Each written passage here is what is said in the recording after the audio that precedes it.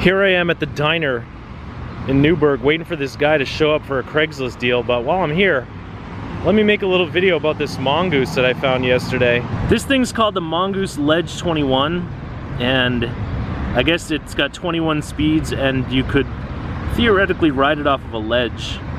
Probably not a great idea, unless it's a small ledge. And this is what they call a full suspension mountain bike. And right here is the pivot. It's like this day glow green fluorescent pivot for the rear suspension. And back here is some more pivots for the rear suspension. And what you notice is there's no derailleur where it should be. And I'll show you where the derailleur is in a second, if you haven't guessed by now. See, the derailleur is all the way down there. It hangs almost all the way to the ground. And that's not where the derailleur is supposed to be, but the reason it's down there is because it's broken. Oops. The rest of this bike is a pretty cool looking bike. Like, it's got big looking wheels. Let me see how big those are really. I had to go around to the back of the bike in the daylight, but they're 27.5 inch wheels. That's pretty big. The parts on this bike look pretty cheap, but I'm gonna guess the price on the bike was pretty cheap when it was new too, so you gotta cut corners somewhere. And this is really funny. They put a sticker on the front of the fork so that people assembling it at Walmart wouldn't get the fork on backwards, which happens all the time. The fork is an Element suspension fork, and if we go up to the top, you can see the suspension part of it. I don't know if that's a great fork or not, but it looks fine to me as far as, you know, Walmart bikes go. I'm really digging this seat.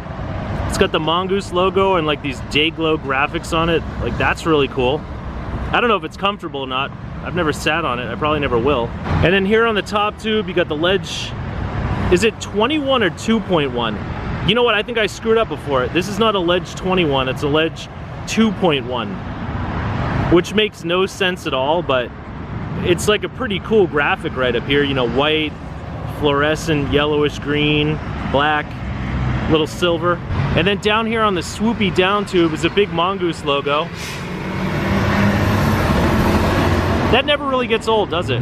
Then you have some plastic Mongoose pedals, and those are good looking pedals. I don't know how well they're performed, but they look a lot better than those old U-shaped pedals that came on every mountain bike. For the hubs, they decided to go with the mantra that steel is real and 15mm axle nuts are better than skewers, but like I said before, this is a cheap bike. What do you expect? And I'm pretty sure the rims are alloy, which is a nice touch, and there's a bunch of spokes to hold the rims to the hubs. Yay. The frame design is really kind of swoopy. It's got a bunch of curves to it, and I really like that. I mean, it makes the bike look very, like at the same time, graceful and aggressive, especially with the relatively tall fork and the big 27.5 inch wheels. And then we have this pretty cheap looking crank set, but again, it's an inexpensive bike, so you can't win them all. Unless you're trying to win the prize for the cheapest crankset, I guess. And right here, it does have a quick release seat post, which is pretty good. You know, makes it easy to raise and lower your seat. And then over here is your stem, which is kind of a cheap quill stem, but again, what do you really expect? It's not a high-end bike. So I guess that's all I really have to say about the Mongoose Ledge 2.1. It's a pretty cool looking bike. You know, I think it's a cheap bike, but you know, you can't have everything. Not everyone can afford some $1,500 mountain bike, so this is, you know, for that group who wants a $150 mountain bike. Now, I'm on the fence about whether I should fix this. Basically, if I can sell it to someone else and have them fix it, then I'll do that. Because this whole derailleur situation just isn't something that I want to fix. Like, it doesn't appeal to me in any way.